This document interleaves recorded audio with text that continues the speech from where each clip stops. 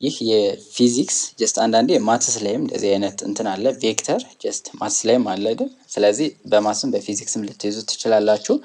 which of the following is the position vector of the vector with initial point a ናት ተብለናል። ስንት ናት? 1 ኮማ ማይነስ 1 ነች። ኤንድ ተርሚናል ፖይንት ቢ ማለት ነው። ተርሚናል ፖይንቱ 2 ኮማ ማይነስ 3 ነው። ፖዚሽን ቬክተር ማለት ምን ማለት ነው?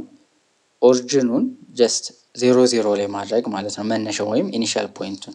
እሱን ለማድረግ ደግሞ ምንድነው የምታደርጉት? አሁን ለምሳሌ እዚህ ጋር ኤ እና ቢ አለ። ይሄ ምንድነው ተብለናል? ኢኒሻል ነው፣ ይሄኛው ተርሚናል ነው። ስለዚህ ቬክተሩ ማን ነው የሚሆነው? ኤ ቢ ይሆናል ማለት ነው። ይሄ ማለት ደግሞ ምን ማለት ነው? ቢ ማይነስ ኤ ይሆናል ማለት ነው። ከዚህ በኋላ ቀላል ነው። ጀስት ቢ ማለት በብዙ አይነት መንገድ ልትሰሩት ትችላላችሁ። አይጄኪ ተጠቅማችሁ ወይም መጀመሪያ ልትቀንሱት ትችላላችሁ። ቢ ማለት አሁን እዚህ ጋር ስንት ነው? 2 ኮማ ማይነስ 3 ነው።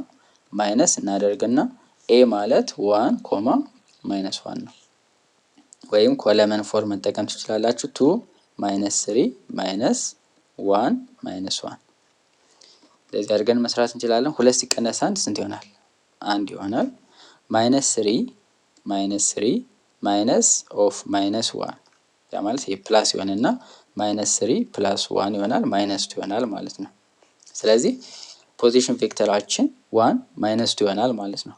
ጀስት 1 ማይነስ 2 ማለት ደግሞ አይቼክ የሚለውን ፎርሙላ ታውቁታላችሁ። አይ ማለት የማን ነው? የኤክስ ነው። ጄ ማለት ደግሞ የማን ነው? የዋይ። ስለዚህ 1 አይ ማለት ትችላላችሁ፣ ግን አይ ታደርጋላችሁ ማለት ነው። ማይነስ 2 ጄ ያ ማለት ማን ይሆናል ማለት ነው? መልሳችን ኤ ይሆናል ማለት ነው። አይጄኬ መጠቀም ትችላላችሁ። ያ ማለት ኤ ማለት ምን ማለት ነው የሚሆነው? አይ ማይነስ ጄ ይሆናል። ቢ ማለት ደግሞ ምን ይሆናል? 2i ማይነስ 3j ይሆናል ማለት ነው። ዘን ኤ ቢ ማለት ምን ማለት ነው? ቢ ማይነስ ኤ ታደርጋላችሁ። ከዛ በኋላ ምንድን ነው የምታደርጉት? አይን ከአይ ጄን ከጄ ነው የምትቀነሱት። 2i ማይነስ አይ ምን ይሆናል? አይ ይሆናል።